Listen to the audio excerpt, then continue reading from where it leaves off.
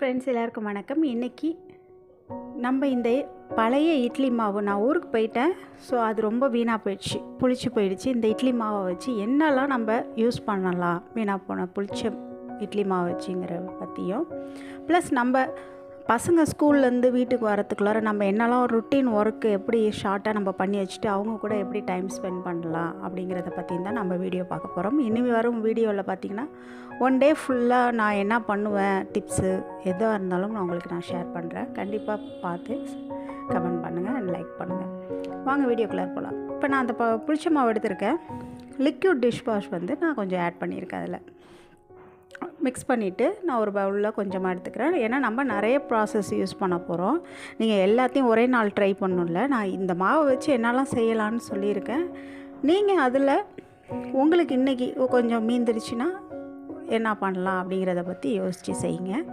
ரொம்பவும் யூஸ்ஃபுல்லாக இருக்கும். ஃபஸ்ட்டு நான் இப்போ பாத்திரம் விளக்குறேன். அதை யூஸ் பண்ணி பார்த்திங்கன்னா, பாத்திரம் விளக்குறப்போ பார்த்திங்கன்னா ரொம்பவும் சூப்பராக க்ளீனாகவும், ஆயிலாக இருந்தாலுமே நார்மல் பாத்திரமாக இருந்தாலும் சூப்பராக க்ளீனாகவும், நம்ம லைட்டாக தான் சோப்பு கலந்துருக்கோம், அதனால் ரொம்பலாம் நுரையெல்லாம் வராது ஆனால் நம்ம அந்த மாவில் உள்ள புளிப்பு தன்மையினால் பார்த்திங்கன்னா நல்லா வாஷ் பண்ணுறப்ப நல்லா இதாகும். பொதுவாக நான் பசங்க காலையில் ஸ்கூலுக்கு போனவுடனே நான் அவங்களுக்கு லன்ச்சு ரைஸ் ஏதாவது பண்ணி கொடுத்துருவேன். இந்த ஸ்கூலில் என் பசங்க ஸ்கூலில் பார்த்திங்கன்னா ஒன்லி வெஜிடேரியன் ஃபுட்டு தான் அலோடு. அதனால் நான் ஏதாவது வெரைட்டி ரைஸ் ஏதாவது பண்ணி கொடுத்துருவேன். அப்புறம் டின்னருக்கு பார்த்திங்கன்னா அவங்க 4 மணிக்கு ஸ்கூல் விட்டு வருவாங்க. அவங்க வரத்துக்கு முன்னாடியே நான் டின்னர் ப்ரிப்பேர் பண்ணி வச்சுருப்பேன். எதனாலன்னு பார்த்திங்கன்னா, அவங்க வரப்போ அவங்க கூட டைம் ஸ்பெண்ட் பண்ணி ஹோம்ஒர்க் பண்ண சொல்லி இதேமாரிலாம் நம்ம அவங்க கூட டைம் ஸ்பெண்ட் பண்ண முடியுங்கிறதுக்காக தான் நான் அதை பற்றி எல்லா டீட்டெயிலுமே இந்த வீடியோவில் நான் உங்களுக்கு ஷேர் பண்ண போகிறேன். இப்போ பாருங்கள், நான் வாஷ் பண்ணிவிட்டேன். வாஷ் பண்ணுறப்பே உங்களுக்கு நல்லா தெரியும், நல்லா க்ளீன் ஆகிடுச்சு. ஸோ இதேமாரி எல்லோரும் க்ளீன் பண்ணி எடுத்துங்க. ஸோ பர்ஃபெக்ட் ஆகிடுச்சு. ஸோ நம்மளுக்கு மீந்துருச்சுன்னா இந்தமாரி க்ளீன் பண்ணிக்கலாம். ஸோ பார்த்துங்க, என்னோடய கிச்சன் ரொம்ப சின்னதுங்கிறனால நான் ஸ்ட்ரெயினர் ஸ்டாண்டெல்லாம் நான் வாங்கலை. ஸோ அதனால் நான் அப்படியே கழுவுனோன்னு உடனே தொடச்சிட்டு எடுத்து வைப்பேன். இல்லைனா சைடில் ஒரு டேப் இருக்கும், அதில் எடுத்து வைப்பேன். அதுக்கப்புறம் நம்ம கிச்சனோட சிங்கையும் இதை வச்சு க்ளீன் பண்ணலாம். ஃபஸ்ட்டு எல்லாத்தையும் நல்லா அப்ளை பண்ணி விட்டுங்க. ஒரு 10 நிமிஷம் அப்படியே ஊறுற மாதிரி விட்டுடுங்க. அப்படியே நல்லா எல்லா இடமும் தேய்ச்சிட்டு, உங்களுக்கு ப்ரெஷ்ஷில் செய்கிறதுக்கு சிரமமாக இருக்குது அப்படின்னா கையால் கூட நம்ம தடவி விட்டுட்டு அப்புறமேலே ப்ரெஷ்ஷை வச்சு லைட்டாக தேய்ச்சி விட்டால் தான் அந்த அழுக்கு போகும். நீங்கள் கம்பி ப்ரெஷ்ஷை வச்சு தேய்க்கணும்லாம் அவசியம் இல்லை. நான் கையில் வச்சுருக்கேன்னா சும்மா ஹேண்டில் ப்ரஷ் இல்லை பல் வளர்க்குற ப்ரெஷ் இருந்தாலுமே இல்லை சாஃப்ட் ஸ்பாஞ்ச் எதாவது இருந்தாலுமே ஓகே தான். நான் இந்த ப்ரஷ் பார்த்திங்கன்னா எனக்கு ரொம்ப யூஸ்ஃபுல்லாக இருக்கும். கிச்சன் சிங்க்கு க்ளீன் பண்ணுறதுக்கு ரொம்ப கம்ஃபர்டபுளாக இருக்குது எனக்கு. ஸோ எல்லா இடமும் நல்லா தடவி விட்டுங்க. தடவிட்டு ஒரு 10 நிமிஷம் கழித்து ஜஸ்ட்டு நீங்கள் அப்படியே தொடச்சி எடுத்திங்கனாலே வந்துடும். அவ்வளோ பர்ஃபெக்டாக க்ளீன் ஆகுது. டெய்லி அவங்க பசங்க நம்ம ஸ்கூல் போனோடனே நான் யூஸ்ஃபுல்லாக ஏதாவது வேலை செஞ்சிட்ருப்பேன். இன்றைக்கி இந்த இடத்த க்ளீன் பண்ணுறோம், இந்த விஷயத்த செய்கிறோன்னு பிரிச்சுப்பேன். ஒரே நாளில் நம்ம எல்லாத்தையும் சேர்த்து செய்கிறப்ப ரொம்ப சிரமமாக இருக்கும். ஸோ ஒன்று இப்போ இன்றைக்கி கிச்சன் இதை க்ளீன் பண்ணுறோம் அப்படின்ட்டு மோஸ்ட்லி பார்த்திங்கன்னா டியூஸ்டேயில் வீடு துடைக்க மாட்டேன், மண்டேவே துடைச்சிடுவேன். ஸோ அந்த வேலை மிச்சமாகவும் பாருங்கள், நான் துடைச்ச உடனே உங்களுக்கு நல்லா தெரியும்னு நினைக்கிறேன், பர்ஃபெக்டாக க்ளீன் ஆகுது. ஸோ இதேமாரி நீங்கள் உங்களுக்கு மாவு மீந்துருச்சுன்னா மீறுறப்ப இந்த மாதிரி க்ளீன் பண்ணி பாருங்கள். இந்த ஓரத்தில் உள்ள ஒரு பிசு ஒரு குழப்பு தண்ணி இருக்கிறனால பார்த்திங்கன்னா இருக்கும், அது எல்லாமே ரிமூவ் ஆகிடுது. கண்டிப்பாக எல்லோரும் ட்ரை பண்ணி பாருங்கள். நம்ம சேனலில் இன்னுமேல் டெய்லி விலாக்ஸ் மாரி போட போகிறோம். நிறைய நம்ம டெய்லி லைஃப்பில் சின்ன இருக்கிற டிப்ஸு அண்ட் நம்ம கிட்ஸ் எப்படி கேர் பண்ணலான்னு எல்லாமே நம்ம பார்க்கலாம் நம்ம வீடியோவில். ஸோ இதேமாரி வாஷ் பண்ணி எடுத்துடலாம். அதுக்கப்புறம் நல்லா வாஷ் பண்ணிடுங்க. இந்தமாரி பார்த்திங்கன்னா மாவு வச்சு நிறைய யூஸ்ஃபுல் டிப்ஸு நம்ம டக்குன்னு ஊற்றிடுவோம். மாடு அதேமாரி ஏதாவது வீட்டில் நம்ம இருந்துச்சுன்னா மாட்டுக்கெலாம் கொடுத்துடலாம். அதை அன்னியில் நீங்கள் கீழே ஊற்றாதீங்க. இந்தமாரி நிறைய டிப்ஸ் யூஸ் பண்ணலாம் நம்ம. ஸோ இதேமாரி தொடச்சி எடுத்தாலே போதும். சூப்பராக வந்துடும். பொதுவாக கிச்சன் எப்பொழுதுமே தண்ணி இல்லாமல் பார்த்துக்கணும். தண்ணி ரொம்ப இருக்கக்கூடாது. மீன்ஸ் நம்ம யூஸ் பண்ணதுக்கப்புறம் ஸ்லாப்லாம் நல்லா ட்ரை ஆகிருக்கணும். அது எப்போ ஆகும்னா நம்ம நல்லா தேய்ச்சி க்ளீன் பண்ணி அழுக்கு இல்லாமல் இருந்துச்சுன்னா தான் நீங்கள் தண்ணி யூஸ் பண்ணாலும் உடனே காயும். ஸோ பாருங்கள், சூப்பராக க்ளீன் ஆகிடுச்சு. இப்போ நெக்ஸ்ட்டு நம்ம அடுப்பு க்ளீன் பண்ணுறதுக்கும் யூஸ் பண்ணலாம். இதுவும் அதே மாதிரி தான் ஒரு 10 நிமிஷம் நல்லா எல்லா இடமும் படுற மாரி தடவி விட்டுருங்க. தடவி விட்டுட்டு அதேமாரியே ஸ்பாஞ்சு வச்சோ இல்லை ஒரு ஈரமான துணி வச்சோ நீங்கள் தொடச்சி எடுத்திங்கனாலே போதும்.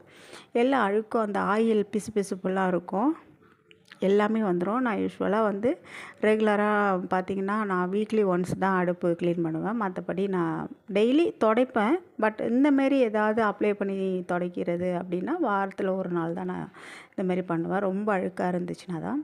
இப்போ பார்த்திங்கன்னா அழுக்காக இருக்குது. ஸோ இதை நல்லா தடவிட்டு கையாலேயே நான் தேய்ச்சி காட்டுறேன். இன்னும் ஈஸியாக இருக்கும் கையால் செய்கிறப்ப பார்த்தா. ஸோ இதேமாரி எந்த இடம்லாம் படலையோ எல்லா இடமும் படுற மாதிரி நல்லா தடவி விட்டுட்டு நம்ம கொஞ்சம் நேரம் ஊற வச்சுட்டு தொடச்சி எடுத்தோம்னா போதும். சூப்பராக க்ளீன் ஆகிடுது. இது அடுப்பு மட்டும் இல்லை, நம்ம சமைக்கிறப்ப பார்த்திங்கன்னா அந்த செவுத்துலலாம் கூட அந்த டைல்ஸ்லலாம் கூட படும். ஸோ அதிலெல்லாம் கூட அப்ளை பண்ணிவிட்டு இதுமாதிரி ஸ்பாஞ்சை வச்சே தொடச்சி எடுத்துருங்க. தண்ணி யூஸ் பண்ணுறப்ப பார்த்திங்கன்னா உங்களுக்கு அதை துடைக்கிறதுக்கு ரொம்ப டைம் எடுக்கும், சிரமப்படுவீங்க. அதனால் ஸ்பாஞ்சை வச்சு நல்ல வாட்டரில் நல்லா வாஷ் பண்ணிவிட்டு ஸ்பாஞ்சை வச்சு எடுக்கிறப்பே சூப்பராக க்ளீன் ஆகுது. சிங்க்லேருந்து ஸ்லாபு எந்த இடமா இருந்தாலுமே எந்த இடத்துலலாம் அழுக்கு இருக்கோ கண்டிப்பாக இந்த இட்லி மாவை வச்சு சுத்தம் பண்ணுறப்ப சூப்பராக போகுது. இதேமாரி நம்ம கொஞ்சம் கொஞ்சம் ஒர்க்காக பிரித்து நம்ம டெய்லியுமே செய்கிறப்ப பார்த்திங்கன்னா வீடு எப்பொழுதுமே க்ளீனாக இருக்கும். ஸோ பார்த்திங்கன்னா தெரியும். பாருங்கள், ஈஸியாக தொடச்சி எடுத்தாலே வந்துடும். இந்த ஸ்பாஞ்ச் வந்து ரொம்பவும் யூஸ்ஃபுல்லாக இருக்கும். நான் சின்ன சின்ன பீஸாக கட் பண்ணி வச்சுருப்பேன் எல்லா இடத்துலையும், ரூமில் ப்ளஸ் கிச்சனில் எல்லா இடத்துலையுமே நான் ஒரு ஸ்பாஞ்ச் வச்சுருப்பேன். டக்குன்னு அந்த இடத்துல தண்ணி ஊற்றிட்டாலோ இல்லை ஏதாவது ஊற்றிட்டுனா டக்குன்னு துடைக்கிறதுக்கு ஈஸியாக இருக்கும். ஸோ அதனால் நான் அந்தமாரி பண்ணி வச்சுருப்பேன். ஸோ இதைமாரி க்ளீன் பண்ணி எடுத்துக்கலாம்.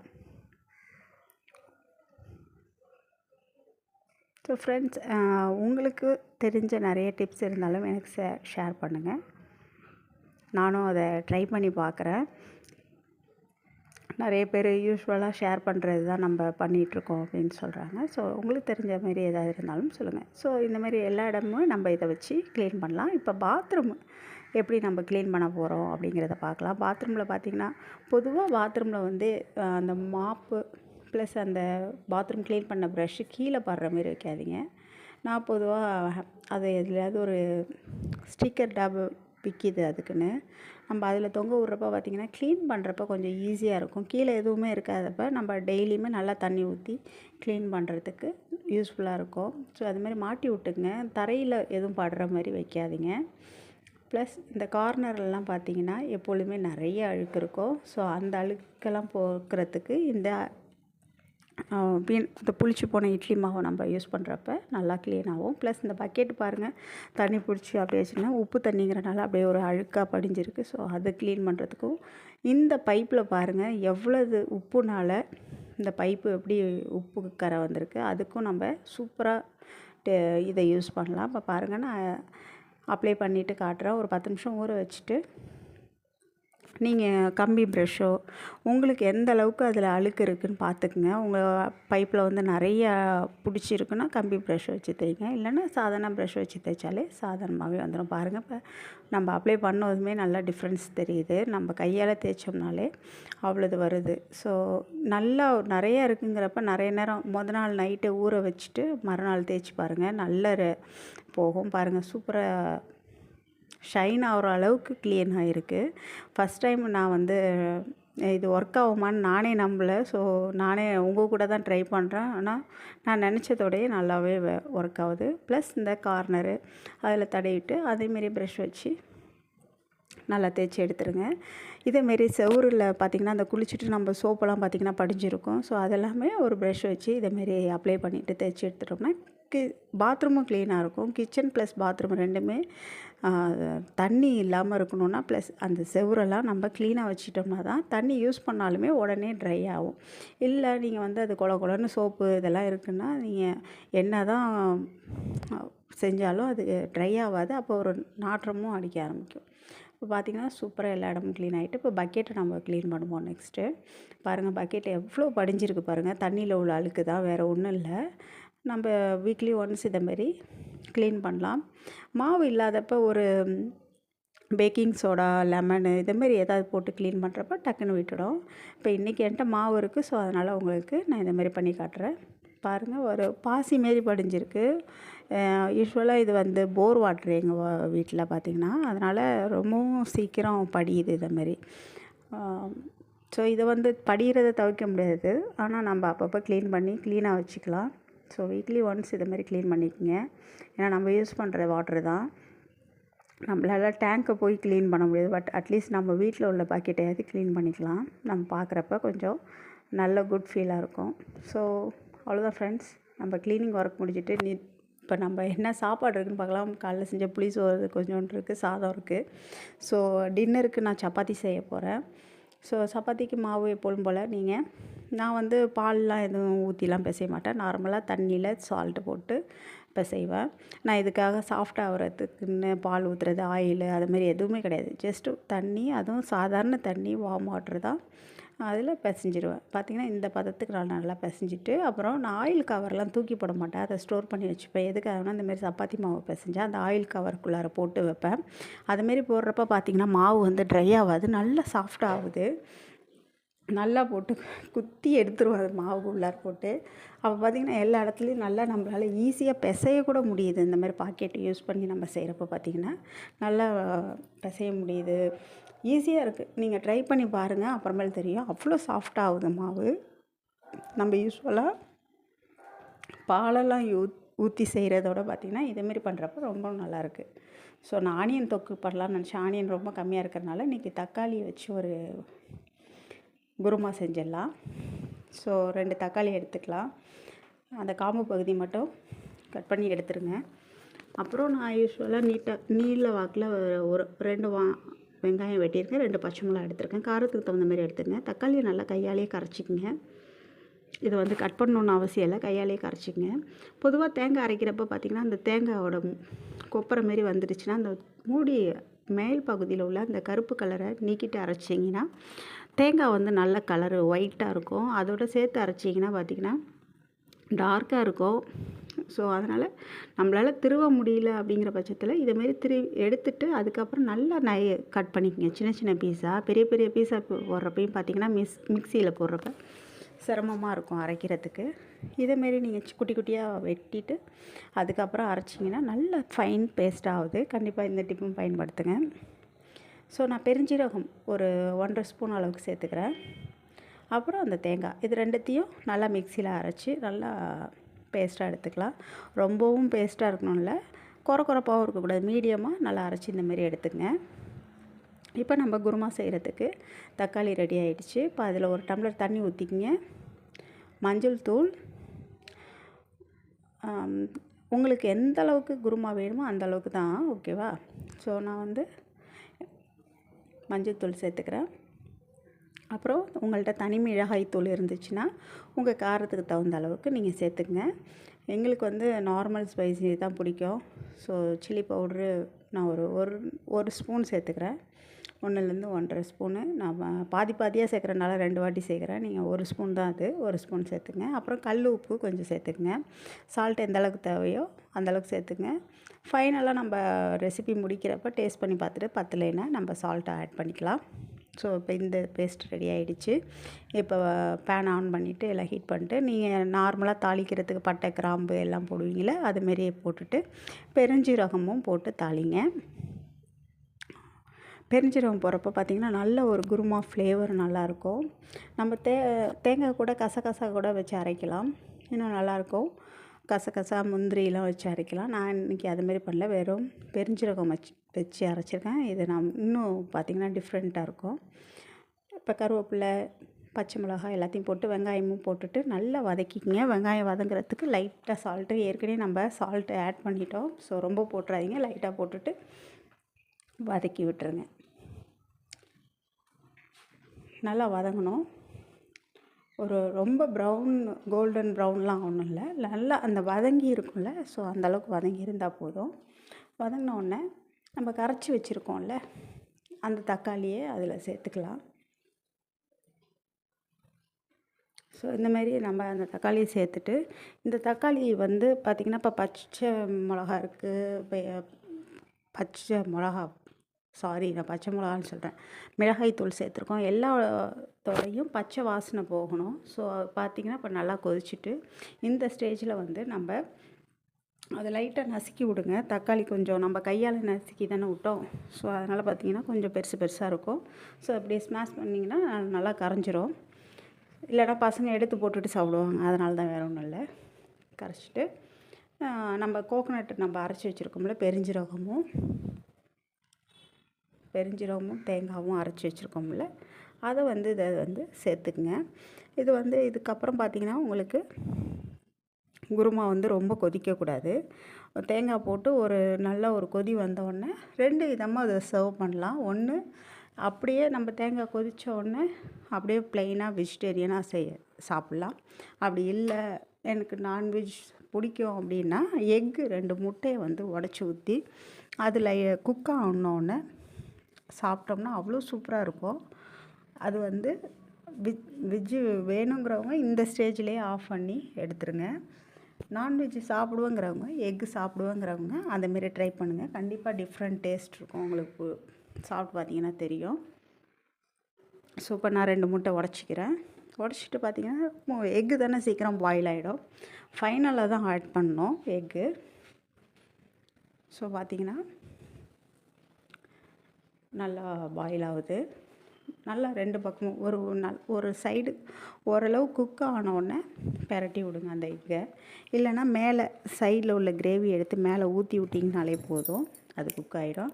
இப்போ நான் எல்லா ஒர்க்கும் முடிச்சிட்டேன், பாத்திரமும் க்ளீன் பண்ணிட்டேன். ஏன்னா என் பசங்க வந்தோடனே அவங்களுக்கு ஹோம்ஒர்க் சொல்லி கொடுக்குறதுக்கு எனக்கு டைம் வேணும். ஸோ அதனால் அவங்க வரத்துக்குள்ளார எல்லா ஒர்க்கையும் முடிச்சுக்கிறேன். இப்போ வந்து மாவு ஊறி இருக்கும். ஸோ அதையும் நம்ம குட்டி குட்டி உருண்டையாக உருட்டி எடுத்துக்கலாம். பார்த்திங்கன்னா சூப்பராக சாஃப்டாக இருக்குது. அழுத்தினாலே தெரியுது. அவ்வளோது நான் ஃபஸ்ட்டு பிசைஞ்சு வச்சதுக்கும் இப்போக்கும் நல்லாவே டிஃப்ரென்ஸு. நீங்கள் செஞ்சு பாருங்கள், இந்த டிப் பயன்படுத்தி பாருங்கள், அப்போ உங்களுக்கு தெரியும். ஸோ மாவு பிசைஞ்சிட்டோம்.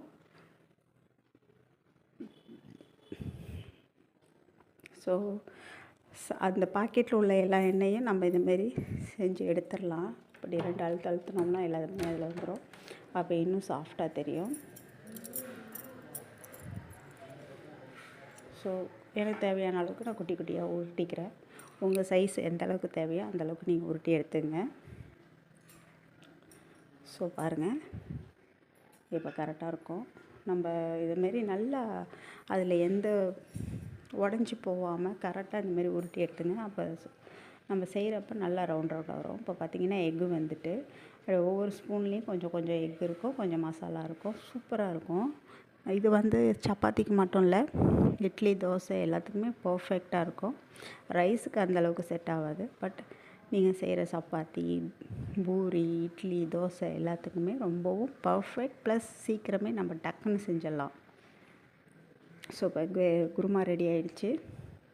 இதை மூடி வச்சுட்டு நம்ம சப்பாத்தி பண்ணிட்டோம்னா வேலை முடிஞ்சிச்சு. அதுக்கப்புறம் நம்ம பசங்க வந்தோடனே அவங்க கூட டைம் ஸ்பெண்ட் பண்ண ஈஸியாக இருக்கும். நான் இந்தமாரி பெருங்காய டப்பா பார்த்திங்கன்னா அரிசி மாவு போட்டு வச்சுருக்கேன்.